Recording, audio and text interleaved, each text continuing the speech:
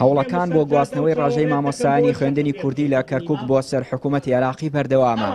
لەسەر ڕاستپاردەی ئەنجومەنی وەزیرانی عێراق وەزارەتی پەروەردە لیژنەیەکی بۆ مەبەستە پێکهێناوە و بڕیارە لە ماوەی 52 هەفتەدا ڕێکارە یاساوی ئیداریەکانی ئەو دۆسیەیە تەواو بکەن.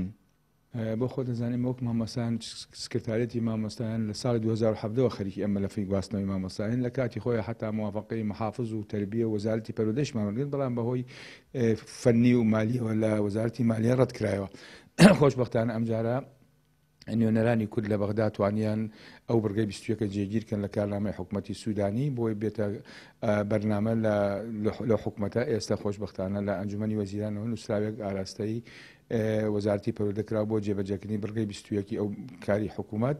ئەوش ئەو مامۆستایانە دێتەوە کە لە دەرەوەی هەرێمن لە دیراسی کوردی ئەگوێزێنەوە بۆ سەر خوێندنی کوردی دراسی کوردی لە بەغدا.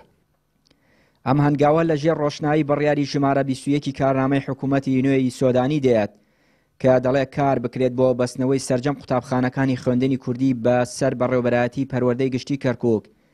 یەکێتی مامۆستایان و دەستەی مامۆستایانی ناڕازی پێشوو وێ ڕای بە گرنگی دانانی هەنگاوەکان بەڵام ترسیان لە دەستێوەردانی سیاسی لە بابەتەکە هەیە. بە کۆی پرۆسەکە ئیشێکی چاکە هەوڵێکی چاکە بەڵام ئەم هەوڵە بەڕاستی دەبێت پشگیری سیاسی لەگەڵ بێ و هەم پشگیری یاسایی لەگەڵ بێ و هەم کورد هەموو لایەنێک ڕازی بن لەسەری چونکە لە لێدوانەکانە دیارە بەڕاستی ئەگەر دەستێوەردانی حزبی نەبێ ئیشەکە ئەتوانرێ سەر بگرێ بەڵام نەک بەو ئالێتە ئەیانتوانی یەکسەر بڕیاری گواستنەوەی مامۆستایان بدەن بۆ سەر بەغا مەسەلەی کێشەی مەنهەجەکەش بکەنە عوتڵەی سەری ساڵ. بەڵام ئەوەی کە ئێستا 52 هەفتە ئەمە ئەکرێ ئەمە لە هیچ مفاوەزاتی ئەم شتانە بەڕاستی شتێکی زۆر سەیرە زۆر ینی گوماناویە.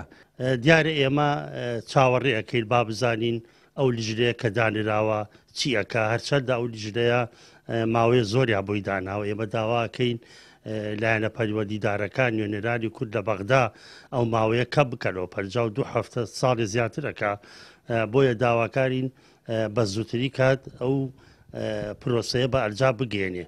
بێگومان ئێمە وشمان لە بیر دەچێ ئەم پرۆسەیە بەشێکە لە جێبەجێکردنی مادی 140 چونکە خاڵی بەردێ لە بەردەکانی مادی 140 ئەڵێ ئاساییکردنەوەی دۆخی کەرکووک و ناوچە جێناکۆکەکان.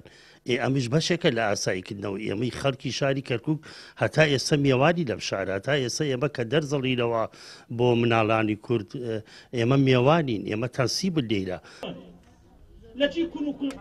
لاگەری جێبەجێکردنی ئەم بڕیارە نزیکەی 16,000 مامۆستا و فەرمانبەر و مامۆستای وانەبێژی پەروەردەی کوردی ڕاژەکانیان بۆ سەر بەغداد دەگوازرێتەوە.